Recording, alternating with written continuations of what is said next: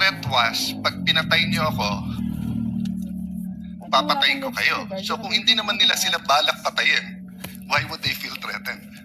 Unless you're saying now, you think, balak nga nilang papatay si Vice President. Actually, sir, ito, pwedeng mawala ang Vice Presidente, but not necessarily sila yung dahilan. Pwedeng namatay siya for one reason or the other. Then, ang impression na ng marami, ang may kasalanan nito, yung tatlo. So, again, magkakalabo-labo na yan. Dahil sinabi niya yon, baka may gumawa. Hindi nga mag-trigger, papatay sa kanya.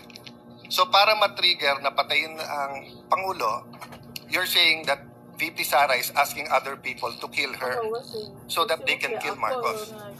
Di sana sinabi na lang niya patayin niyo si Marcos.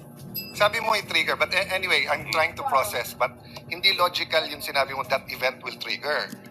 Because the event that will trigger the assassination on the tree is the killing of the Vice President. Kahapon kasi nabanggit ko yung Romanov, and I did mention na para sa akin, nagmula yung salitang Romanov kay Mayor Baste Duterte when during a rally yung sa Maisog in Davao.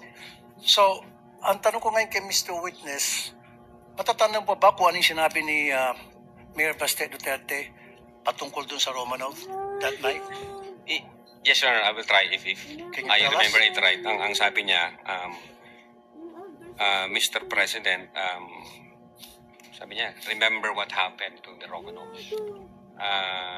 If I'm not mistaken, sir, parang ang sinasabi niya, kasi mayroong... No, I think when you go to bed tonight, continue. Yes, sir, yan, sabi ko yan. Okay. When you go to bed tonight, think about the Romanovs. Yung po yata yung pagkasabi. Parang sinasabi niya na baka mangyari sa pamilya niyo yon gaya ng nangyari sa inyo noong 1996. Kung tama yung memory ko, sir. Parang ganun po ang sinasabi ni Mayor Baste.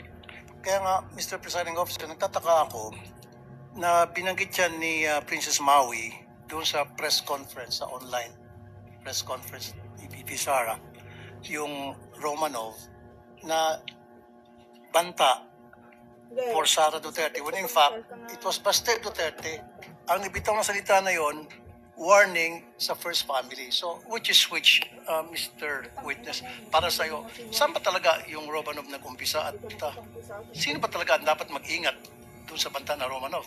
Yeah, insofar as our investigation is concerned, since nag-start yan doon kay Mayor Baste, at wala ho kaming ma-validate na ibang Romanov operations. But I'm asking Operation Romanov.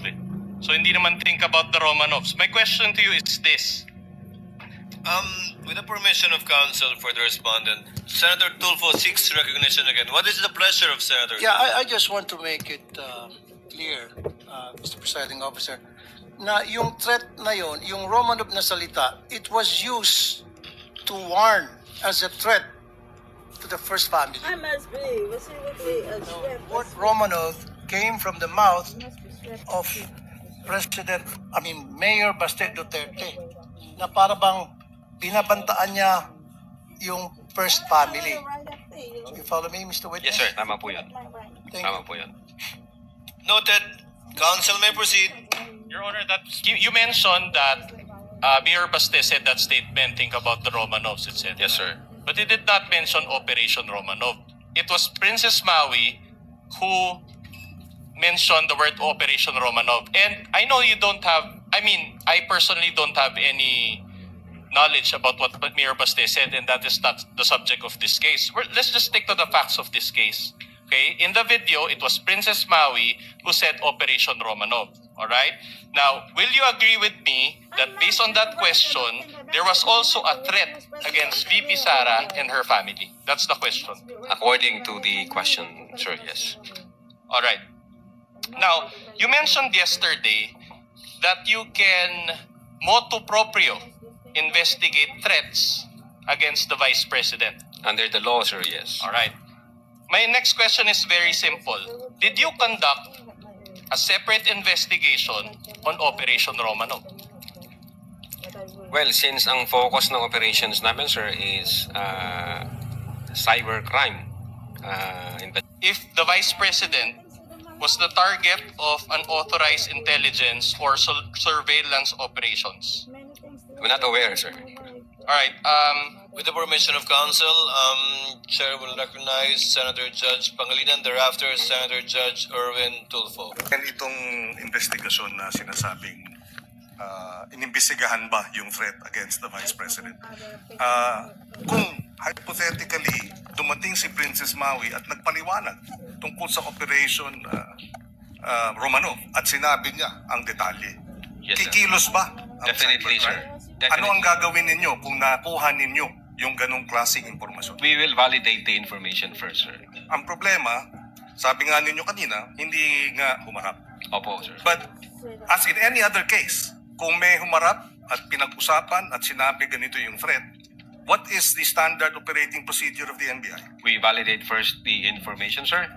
And then pag confirm na, then we will start case build-up, sir.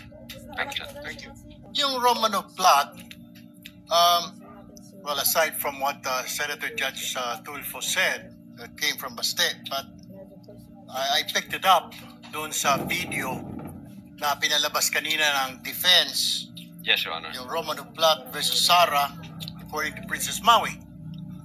Did you take that information seriously or not? Yes, Your Honor. That's the reason why nung marinig namin, nung makita namin yung question ni